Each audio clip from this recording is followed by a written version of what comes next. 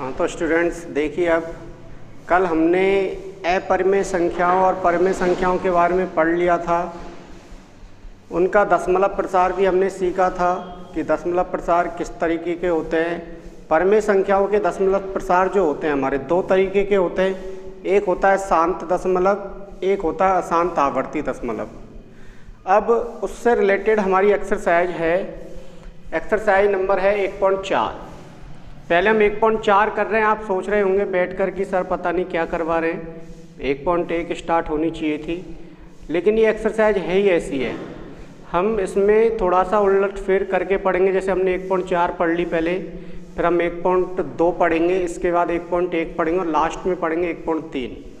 ये सिस्टम रहेगा हमारा, जिससे आपको कहीं कोई दिक्कत नहीं आए समझने में। देखिए अब देखते हैं आगे। तो ये प्रश्न है, बिना लंबी विभाजन प्रक्रिया किए बताइए कि निम्न परिमेय संख्याओं के दशमलव प्रसार शांत हैं या अशांत आवर्ती हैं। हमें भाग देकर नहीं बताना है। तो कल मैंने दोनों तरीके बताए थे आपको, भाग देकर भी बताया था और एक बगैर भाग के बताया था कि शांत दशमलव है तो उसकी पहचान हमें कैसे करनी है और अशांत आवर्ती है तो उसकी पहचान हमें कैसे करनी है। एक और बार मैं रिवाइज करवा देता हूँ। यदि शांत दशमलव है हमारा, यदि हमारा कैसा दशमलव है, शांत दशमलव है, तो उसके लिए हमें क्या करना पड़ेगा, हर के अभाज्य गुणनखंड करेंगे। हर के क्या करेंगे, अभाज्य गुणनखंड करेंगे। हम हर के अभाज्य गुणनखंड करेंगे और हर के अभाज्य गुणनखंड करने के बाद उसमें देखेंगे केवल 2 आए या फिर केवल क्या आए, 5 आए, या 2 व 5 दोनों आए। ध्यान से सुनना मैं क्या बोल रहा हूँ। केवल 2 आए, केवल 5 आए या केवल 2 व 5 दोनों आए। तो ऐसी स्थिति में तो हमारा दशमलव प्रसार क्या हो जाएगा, शांत हो जाएगा। और यदि दो भी आ रहा है और 2 के साथ अन्य संख्या आ जाए, जैसे 3 आ जाए, 5 आ रहा है, केवल 5 के साथ 3 आ जाए, 7 आ जाए।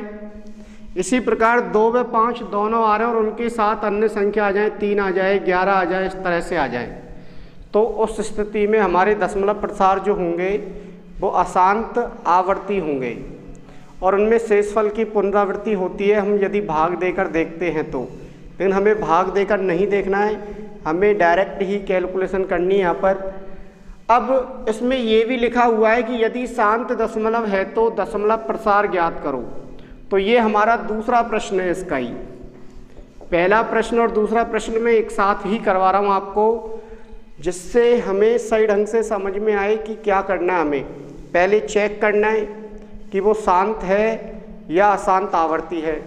चेक कर लिया हमने, उसके बाद हमें क्या करना है, यदि वो शांत दशमलव है तो हमें दशमलव प्रसार भी ज्ञात करना पड़ेगा। हमें क्या ज्ञात करना पड़ेगा, दशमलव प्रसार भी ज्ञात करना पड़ेगा। तो अब आगे बढ़ते हैं हम थोड़ा सा। आपको भाग देना कब सरल लगता है? आपसे मैं एक प्रश्न पूछ रहा हूँ कि आपको भाग देना कब सरल लगता है। आप 8 का भाग देंगे, एक 15 का भाग देंगे, एक 25 का भाग देंगे, या आप 625 का भाग देंगे। तो ऐसी कंडीशन में आपको थोड़ा सा समय ज़्यादा लगेगा।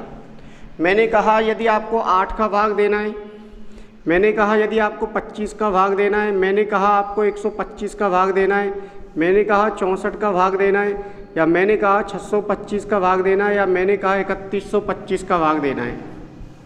तो ऐसी स्थिति में जब आप भाग देंगे तो समय ज़्यादा लगेगा। इसलिए हम क्या करेंगे, यहाँ पर 10 का ग्रुप बनाने की कोशिश करेंगे, यानी हर में 10 लाने की कोशिश करेंगे या 10 के रूप में संख्याओं को लाने की कोशिश करेंगे। अब जब हमारे पास शांत है, कोई भी दशमलव प्रसार कैसा है, शांत है, तो हर में या तो केवल 2 आएगा या फिर केवल क्या आएगा, 5 आएगा, या फिर केवल क्या आएंगे, 2 और 5 दोनों आएंगे। तो यदि 2 और 5 दोनों आ रहे हैं तो हमें इनकी घातों को देखना है क्या देखना है, इनकी घातों को देखना है। घातें क्या होनी चाहिए, इनकी समान होनी चाहिए। जितनी घात 2 के ऊपर है, 2 के ऊपर जितनी घात है उतनी ही घात इसके ऊपर होनी चाहिए। यानी दोनों की जो घातें हैं वो समान होनी चाहिए। 2 के ऊपर जितनी घातें और 5 के ऊपर जितनी घातें, हम क्या करेंगे, घातों को समान करेंगे। क्यों? क्योंकि 2 और 5 गुणा करने पर कितना बनता है, 10। और 10 का भाग देना बहुत ही सरल होता है। 10 का भाग कैसे सरल होता है, देखिए आप, जैसे हमें 3 में भाग देना 10 का, तो दशमलव कितने अंकों से पहले आता है, तो हर में कितने, 10 के साथ कितनी जीरो है, मतलब नीचे कितनी जीरो दिख रही है आपको, 1, तो 1 जीरो दिख रही है, तो दशमलव भी कितने अंकों से पहले आएगा, 1 अंक से पहले। तो 1 अंक ऑलरेडी है, तो इसलिए क्या लिख देंगे आप, 0.3 लिख देंगे। ऐसे यदि आपके पास इस तरह से 25/10, अब दशमलव दोबारा कितने अंकों से पहले आएगा, 1 अंक से पहले, तो 1 अंक से पहले नहीं 5 से पहले आ जाएगा, नहीं क्या आ जाएगा, 2.5 आ जाएगा। ऐसे ही यदि हमारे पास हर में है 100, तो कितने अंकों से पहले आएगा, 2 अंकों से पहले आएगा। दशमलव कितने अंकों से पहले आता है, 2 अंकों से पहले, तो 1 ही अंक है यहाँ पर, तो 1 और अंक चाहिए हमें, तो 1 अंक क्या बना देंगे हम, 0 बना देंगे। और 0 बना दिया तो ये क्या हो जाएगा, 0 से पहले आप क्या लगा देंगे, दशमलव लगा देंगे। दशमलव क्या हो जाएगा, 0.3 हो जाएगा आपका। ऐसे ही यदि हमें घातों को सॉल्व करना है तो ध्यान से समझना, आप घातों को सॉल्व करना है तो ध्यान से समझना।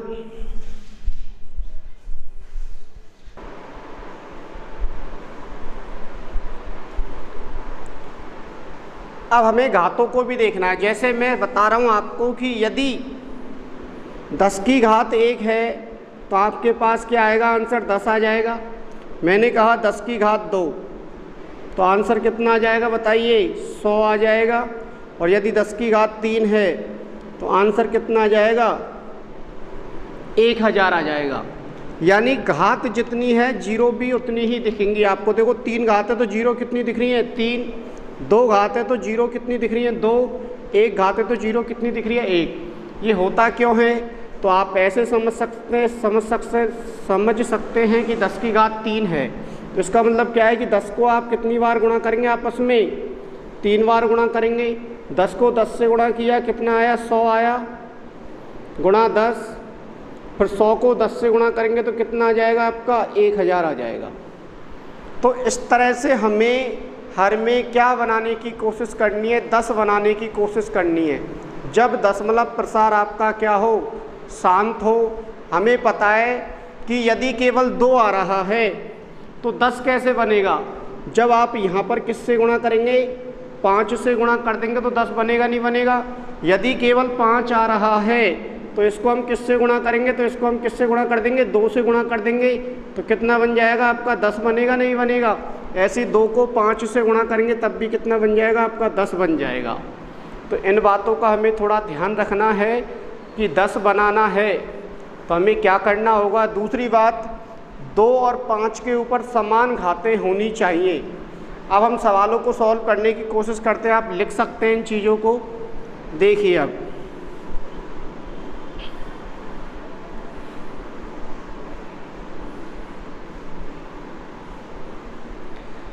पहले हम कर रहे हैं दूसरा प्रश्न, दूसरा प्रश्न करने के बाद फिर हम करेंगे पहला प्रश्न। आपको क्लियरिटी समझ में आएगी क्या करना हमें। तो देखिए दूसरा प्रश्न करना हमें, तो 17/8 है हमारा, कितना है, 17/8 है। क्या करना है, मैंने क्या कहा था, हर के अभाज्य गुणनखंड करने हैं, तो मैंने लिख दिया हर के अभाज्य गुणनखंड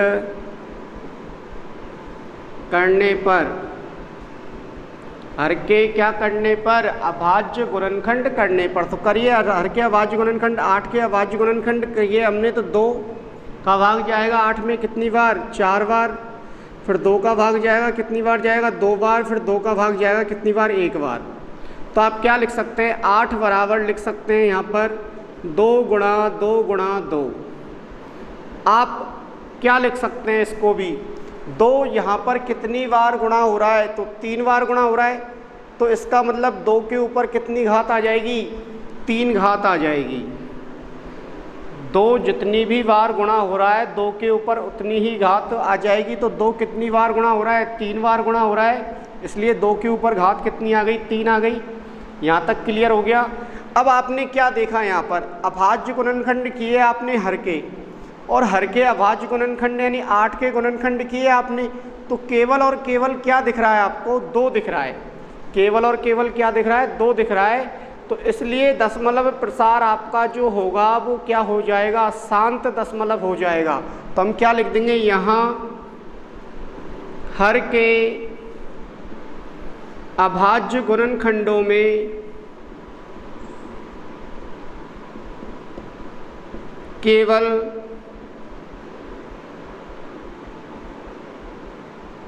दो आ रहा है, अतः दशमलव प्रसार कैसा होगा बताइए, शांत होगा नहीं होगा, दशमलव प्रसार शांत होगा। अब प्रश्न आगे पढ़िए, आपको ये बताना था दशमलव प्रसार शांत है या अशांत आवर्ती है। तो हमने चेक कर लिया शांत है। तो इसमें ही आपकी बुक में दूसरा प्रश्न और है कि यदि शांत है तो उसका दशमलव प्रसार भी ज्ञात कीजिए। अब ये शांत आ गया तो इसका दशमलव प्रसार ज्ञात करना है हमें। तो यहाँ हम अलग से ज्ञात करेंगे दशमलव प्रसार। क्या ज्ञात करेंगे, दशमलव प्रसार। तो दशमलव प्रसार जब भी ज्ञात करना है तो कौन सी संख्या थी हमारे पास, 17/8 थी। तो हमने लिख दिया 17/8। इसको हमने क्या किया, हर के गुणनखंड कर दिए। तो अंश तो यो की तो ही रहा आपका। अब हर में देखना है आपको 8। तो 8 के गुणनखंड किए तो आपके पास क्या आया था, 2 की घात 3 आया था। तो हम यहाँ पर 8 के स्थान पर क्या लिख देंगे, 2 की घात 3 लिख देंगे। अब आप क्या देख रहे हैं, मैंने अभी क्या सिखाया था आपको कि हर में आपको क्या बनाना है, 10 बनाना है। तो आप 2 है यहाँ पर केवल, तो आपको किससे गुणा करने की ज़रूरत है बताइए, तो 5 से गुणा कर देंगे आप।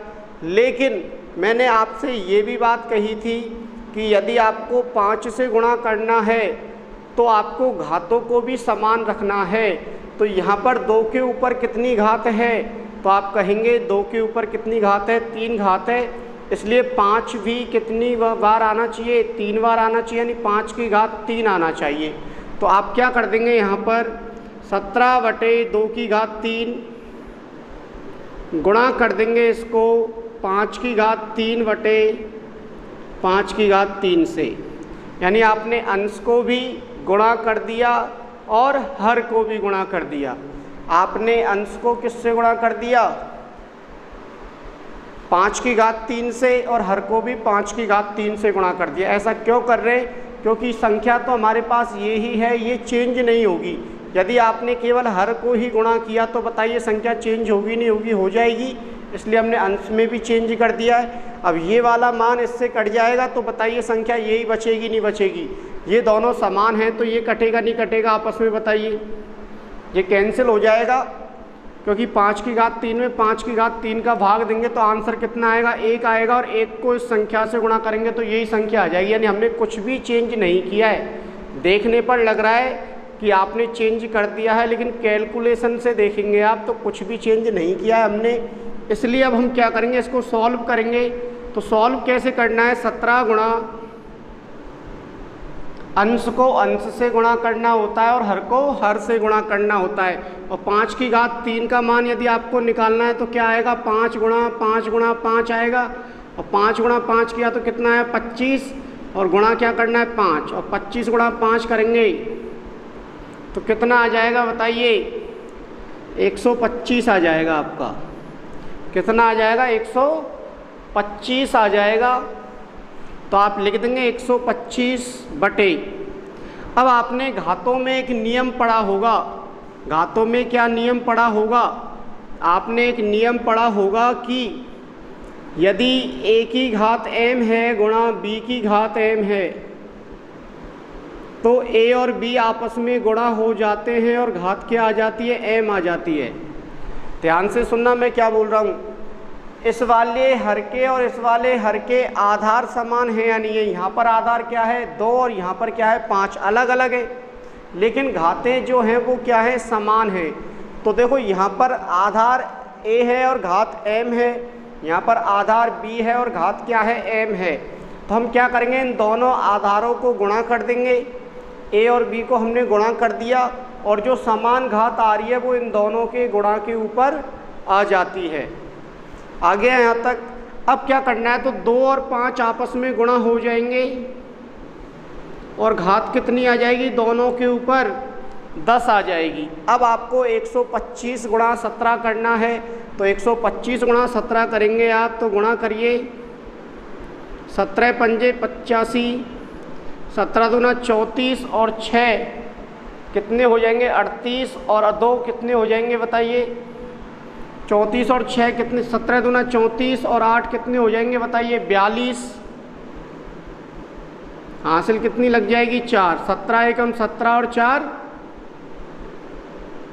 21, तो क्या आ जाएगा 2125 आ जाएगा आपका।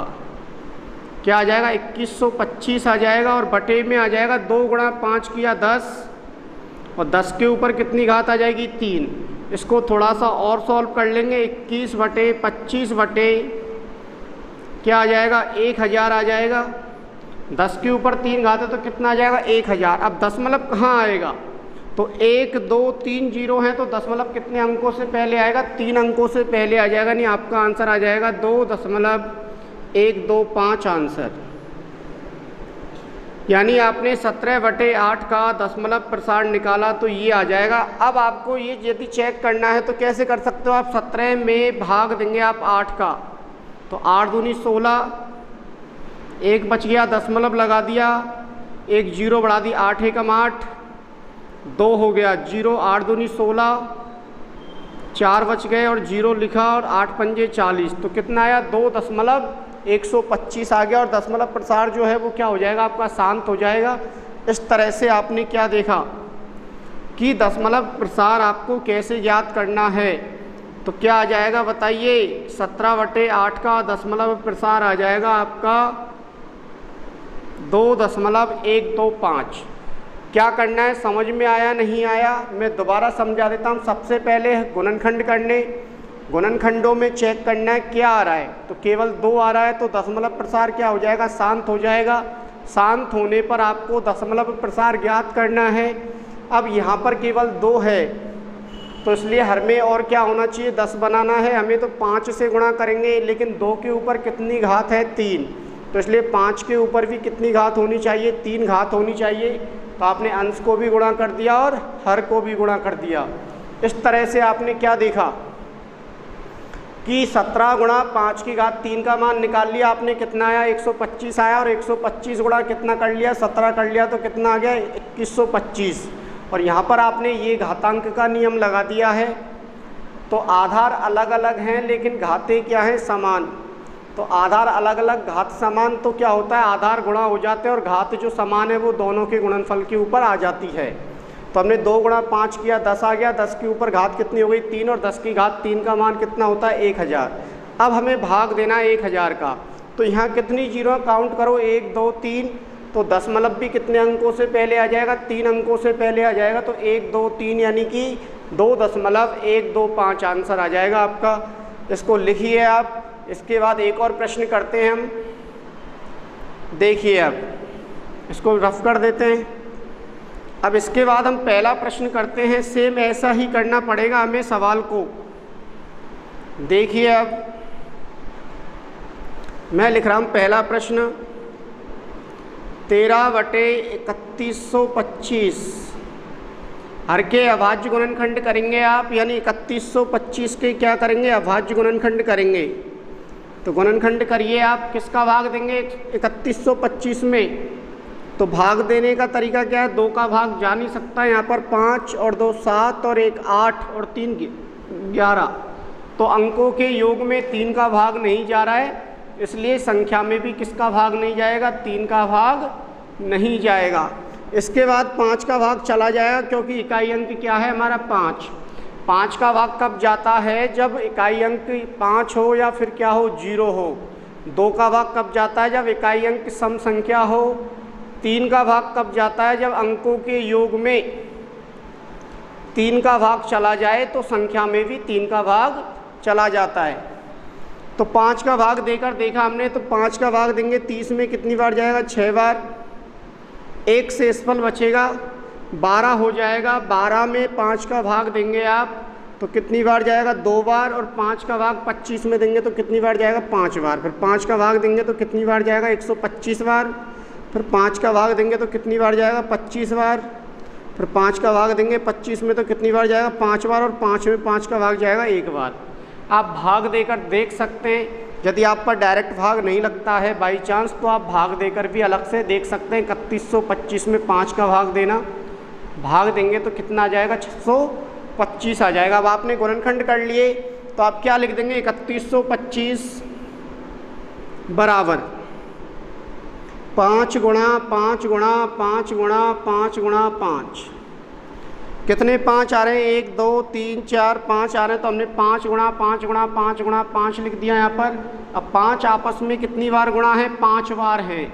इसलिए आप 5 की घात कितनी कर देंगे? 5 लिख कर देंगे। और आपने क्या देखा कि हर के अभाज्य गुणनखंडों में केवल 5 ही आ रहा है। तो जब केवल 5 आ रहा है तो दशमलव प्रसार भी क्या हो जाएगा? आपका शांत दशमलव हो जाएगा। कैसा दशमलव हो जाएगा? शांत दशमलव हो जाएगा। अब आपको क्या ज्ञात करना है? दशमलव प्रसार ज्ञात करना है।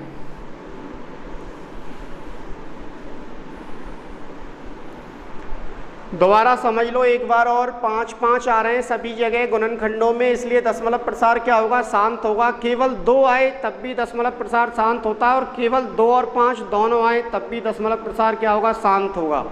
अब आगे देखते हैं हम। इसका दशमलव प्रसार ज्ञात करना है आपको 13/3125 का। तो अंश तो यों की तो ही रहेगा समान।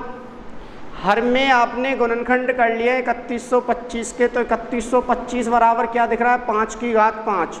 तो आप यहाँ पर क्या लिख देंगे? 5 की घात 5 लिख देंगे। अब बताइए इस 5 को किससे गुणा करें? इस 5 को किससे गुणा करें कि 10 बन जाए? तो आप क्या कहेंगे कि 2 से गुणा करना पड़ेगा हमें।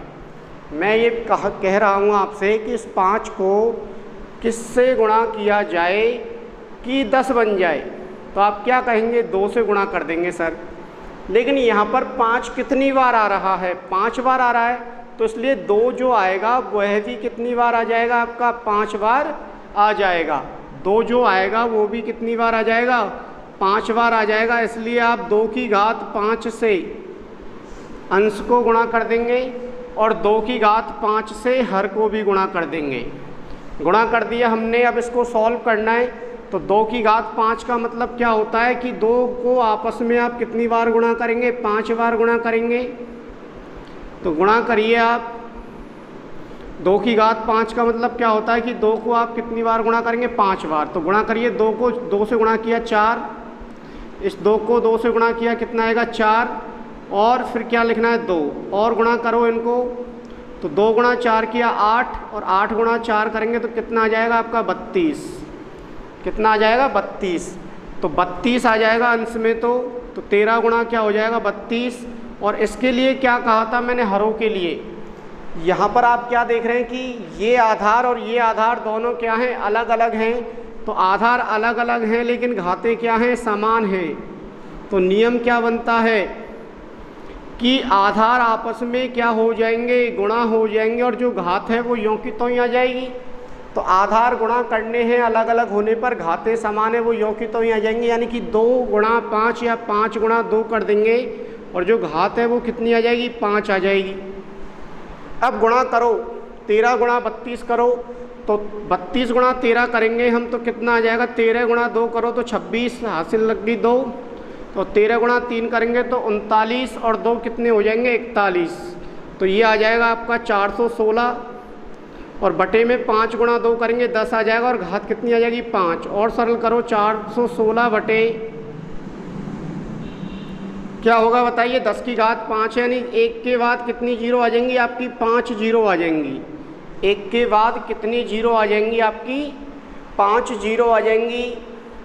अब क्या करना है आपको, दशमलव कितने अंकों से पहले आएगा, 5 अंकों से पहले आएगा, लेकिन अंश में कितने अंक हैं, अंश में 3 अंक हैं, इसलिए क्या करना पड़ेगा आपको, 2 अंकों की और रिक्वायरमेंट है, इसलिए आप क्या करेंगे, उस अंकों से पहले और क्या लगा देंगे आप, 2 जीरो लगा देंगे। कितनी जीरो लगा देंगे, 2 जीरो लगा देंगे। आपने 2 जीरो और लगा दी यहाँ पर, और दशमलव कैसे आ जाएगा, इन 2 जीरो से पहले आ जाएगा, नहीं 0 0 4 1 6। और आप यहाँ पर भी जीरो लगा सकते हैं आगे, तो 0.00416 आ जाएगा आपका आंसर। तो ये हुआ हमारा दूसरा प्रश्न।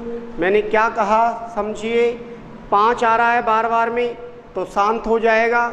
इसके बाद दशमलव प्रसार ज्ञात करना है शांत होने पर, तो यहाँ पर क्या है 5 की घात 5 है, इसलिए 2 की घात 5 से अंश और हर को गुणा कर दिया हमने। अंश और हर से गुणा किया तो 2 की घात 5 का मान निकाला, 2 को 2 से गुणा किया 4, 4 को 2 से गुणा किया 8, 8 को 2 से गुणा किया 16, और 16 को 2 से गुणा किया तो 32। तो 32 गुणा 13 किया तो कितना आ गया 416, 5 गुणा 2 किया 10, तो 10 की घात 5, और 10 की घात 5 का मान कितना हो जाएगा, 1 के बाद कितनी जीरो लगानी है आपको, 5 जीरो लगानी है। तो दशमलव कितने अंकों से पहले आएगा, 5 अंकों से पहले आएगा। लेकिन अंक तो कितने थे यहाँ पर 3, 2 अंकों की और ज़रूरत है, इसलिए हमने कितनी जीरो और लगा दी, आगे 2 जीरो लगा दी। तो दशमलव कितने अंकों से पहले आ जाएगा, 5 अंकों से पहले।